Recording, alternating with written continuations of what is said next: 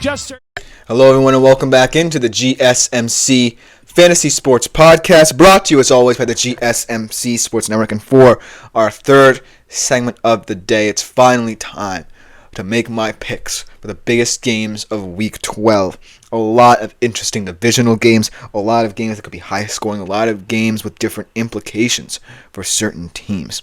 So overall, a lot of excitement being generated. And the four games I picked, I truly believe can either be the best of the weekend or either be pivotal to certain teams' success down the stretch.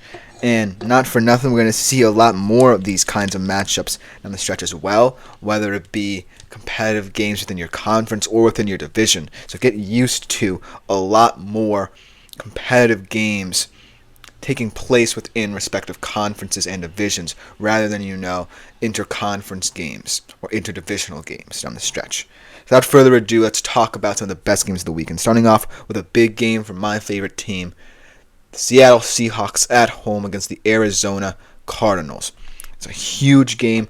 Both teams control their destiny over these next couple of weeks because both of these teams play each other twice in the span of the next 3 weeks. And this one, I feel like it's going to be a weird one just because Arizona's coming off the bye, and Seattle, while it's a short trip to San Francisco, that game took a lot out of them.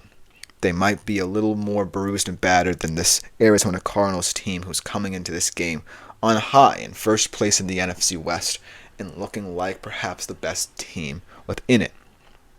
And so I feel like the cards are stacked against Seattle, and Arizona are now 1-point favorites. A little bit of line movement there as Seattle was favored early in the week, but I feel like, either way, this series between these two teams is going to come down to which units stand out. If it's the Seahawks defense, then they have a chance to sweep them. If it's the Cardinals offense, then the Cardinals have a chance to sweep them. However, I feel like the more still likely thing to happen between these two teams is a split. Because I feel like, this division is just too competitive to say one team has the upper hand right now.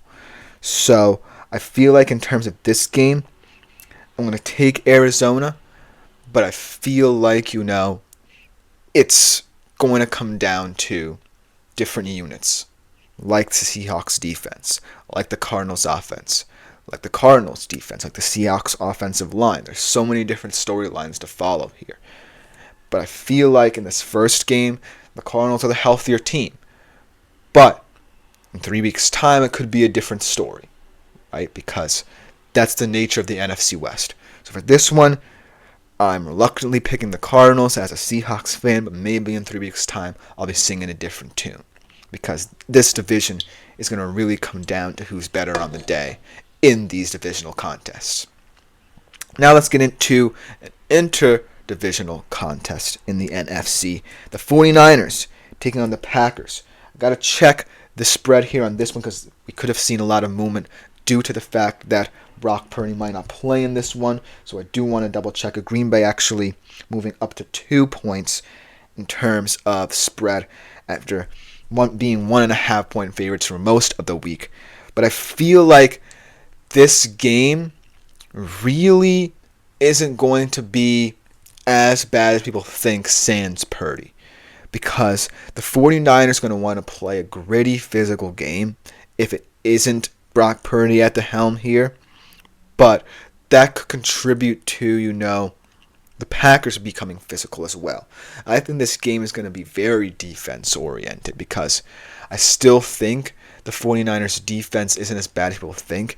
It may be inopportune at certain moments, much like they were in allowing Geno Smith to drive down the field last week. But I feel like it's still a unit that I have full faith in turning it around, at least in these kind of toss-up matchups. Because in the division, the odds are stacked against them already. They're 1-3 in the division right now, and they're going to have to, down the stretch, find ways to pull out games because they're already done with their series against the Seahawks, and they have a couple more coming up down the stretch. But in games like this is where I feel like their defense can win them the game. Whereas the Packers, I feel like they're playing solid complementary football. But it's going to be all about the Packers' defense generating the takeaways they feel they can get against anyone. Because that's their MO. That's their identity on the defensive side of the football. Getting turnovers and turning them into points. And if they do enough of that, then perhaps this 49ers offense can get back into this game. But I feel like the 49ers defense is good enough to get some timely stops and give this offense a chance to get going, should Brock Purdy not play. So, that being said, if Brock Purdy doesn't play, I'm taking the Packers here. But if Purdy does play, then it's a different story because I think the 49ers will have just enough juice on both sides of the football to pull this one out. So, look for this game to swing either way depending on the status of Brock Purdy for this one. But I think that most likely outcome is going to be Brock Purdy doesn't play in this game, rests up a little bit, and they take the L here and try and kick it on that final stretch of the season. So that's going to be an interesting storyline to follow. Now let's pick one of the more unusual games of the weekend, shall we say, in terms of upset possibilities. Maybe not a strong one, in my opinion, but still one that I'm going to be monitoring really heavily just because the Texans have struggled against teams like this season.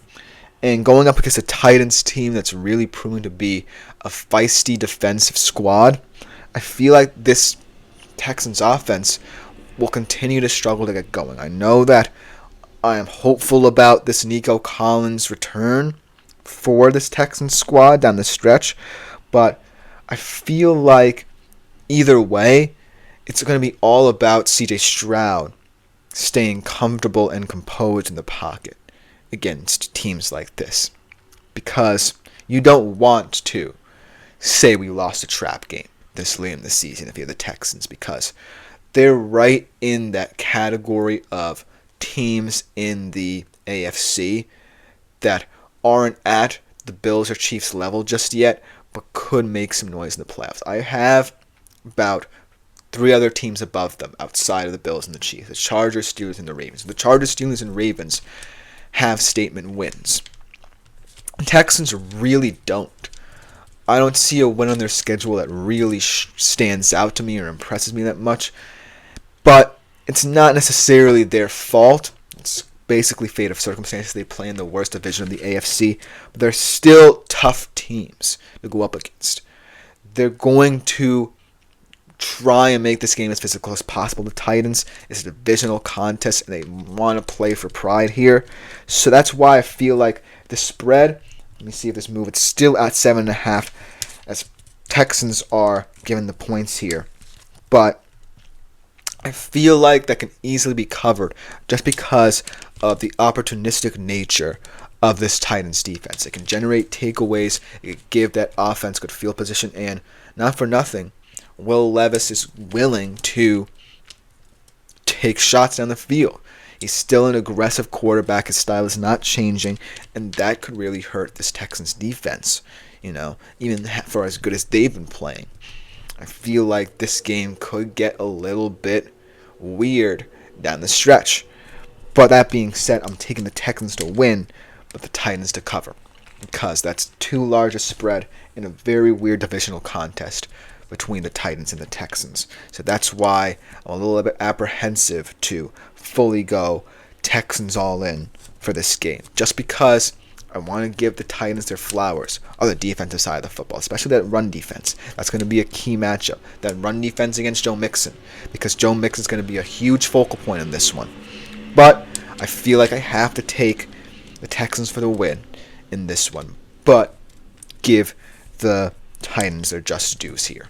And the last game I want to talk about, we're going to talk about this one a little bit more in depth in our final segment of the day here, but Eagles-Rams is a very exciting NFC matchup. For the Rams, I feel like they have to win this one to stay in the NFC playoff picture. For the Eagles, they want to continue proving that they can be worthy opponents should it be them and the Lions in the NFC Championship game, because I think it could be. They are, let me see if the line changed here. Still 3-point favorites at home, but actually on the road, I believe. But I feel like this game's going to come down to play calling, and perhaps the Rams might have the upper hand there in what Sean McVay can do with this offense. But I feel like the Eagles' raw talent, just the fact that Jalen Hurts, Saquon, A.J. Brown, and Devontae Smith are all clicking at the same time, lends me to believe that it's going to be a very tough matchup for the Rams. As much as I like the Rams, as a Seahawks fan, I'm conceding that this Rams team is damn good, and they have a lot of weapons on both sides of the football that can win games like this. I just feel like when everything's clicking, no matter who's calling the shots there in Philly, they're just a very tough team to beat. And so that's why, as much as I want to pick the Rams as the underdog here at home, I gotta go with the Eagles. No disrespect to the Rams. I feel like they're still going to be in the NFC West picture for as long as this season goes on. But it's got to be the Eagles for me in this one, just because of all the talent they have and just because of what they've been doing these past couple of weeks. It leads me to believe that this team is not going to slip up, and they're really going to prove their potency in the NFC playoff picture. But let me know what you think about all these games in the comments. Should be an exciting week of action in the NFL. But coming up next, we're going to be talking about some player prop bets as well. Which players are going to stand out to me this week in football? We want to find out right after this short break.